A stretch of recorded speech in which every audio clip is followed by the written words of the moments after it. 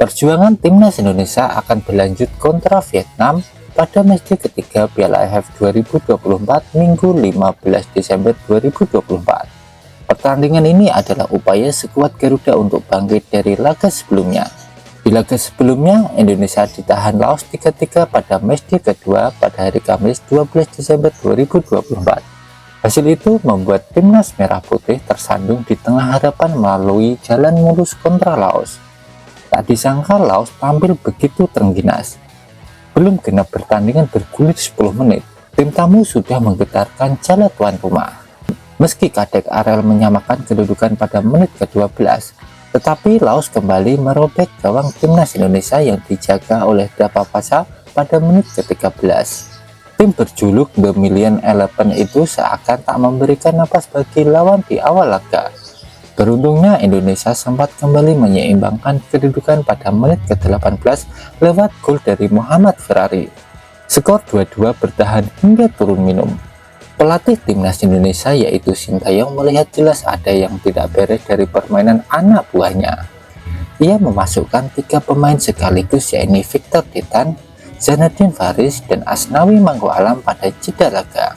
Permainan sedikit lebih dinamis, tetapi Indonesia masih begitu bergantung pada skema bola mati dalam membangun peluang emas.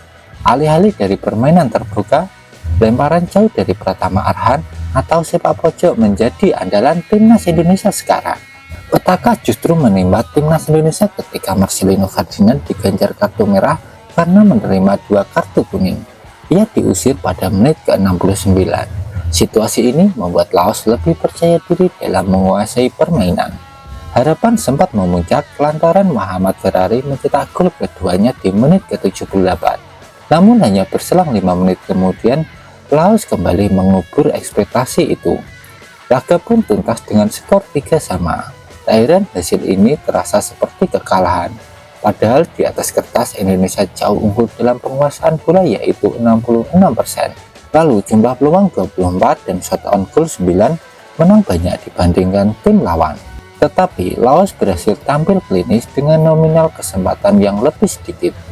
Indonesia bukan hanya kehilangan poin penuh, tetapi juga harus menyusun rencana buntut absennya Marcelino kontra Vietnam. Ini mesti jadi pelajaran walaupun masih terbuka lebar kesempatan. Tidak bisa dipungkiri, Vietnam adalah saingan terberat timnas Indonesia di grup B Piala AFF 2024. Terlebih lagi, Vietnam kembali mengarahkan kekuatan penuh di pentas Asia Tenggara edisi kali ini. Generasi emas Vietnam seperti Nguyen Quang Hai hingga Nguyen Tuan Le masuk ke dalam jajaran skuad kali ini. Dari nama-nama yang memperkuat timnas Vietnam, jelas gelar juara ingin direbut oleh pemilik 2 gelar Piala AFF tersebut. Piala AFF 2024 diawali Vietnam dengan mantap. Pada laga pembuka kontra Laos, Vietnam menang mudah dengan skor 4-1. Meski menang besar, Vietnam sempat kesulitan di babak pertama karena Laos berhasil menahan imbang 0-0 selama 45 menit. Tetapi Nguyen Thanh Linh dan kawan-kawan berhasil memecah kebuntuan di paruh kedua. Ada 2 pelajaran penting dari permainan Vietnam kontra Laos. Yang pertama, The Golden Star berani merombak gaya permainan saat kesulitan mencari celah dari rapatnya pertahanan lawan. Ini dicontohkan melalui gol perdana mereka oleh Nguyen Hai Long yang menyelesaikan umpan lambung dari belakang yang disepak sang bek Quinh Tinh Duc.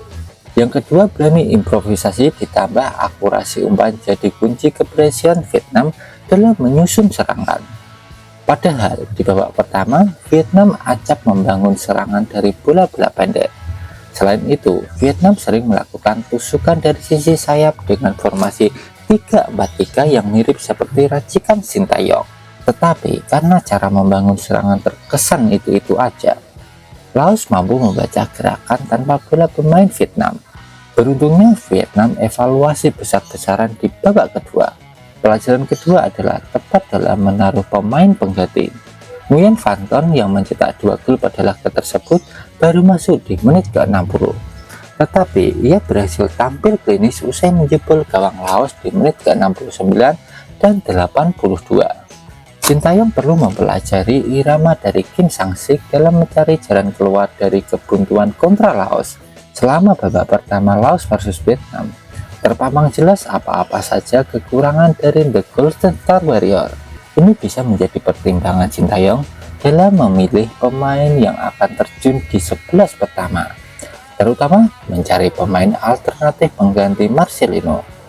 Nama Ivan Jenner kembali disebut oleh Sintayong selepas pertandingan. Namun, klub Ivar FC Utrecht belum memberi sinyal positif. Sintayong perlu putar otak lagi. Salah satu nama yang paling memungkinkan adalah menaruh Robby Darwish untuk berduet dengan Arhan Fikri. Saat melawan Laos, Arhan Fikri sempat kelimpungan mencakup lini tengah lantaran Marcelino dipasang sedikit maju. Dari jelajah Robby Darwish yang jauh dapat mengisi kekosongan sehingga posisi Arhan Fikri bisa lebih maju dan fokus mengalirkan bola. Ini siasat kecil yang mungkin bisa diterapkan oleh Sintayong. Sebagai pelatih, tentu Sintayong sudah tahu apa yang dibutuhkan oleh tim dan siapa-siapa saja yang bisa mengemban tugas dalam posisi masing-masing di lapangan. Celah-celah kecil harus dimanfaatkan semaksimal mungkin demi hasil positif melawan Vietnam.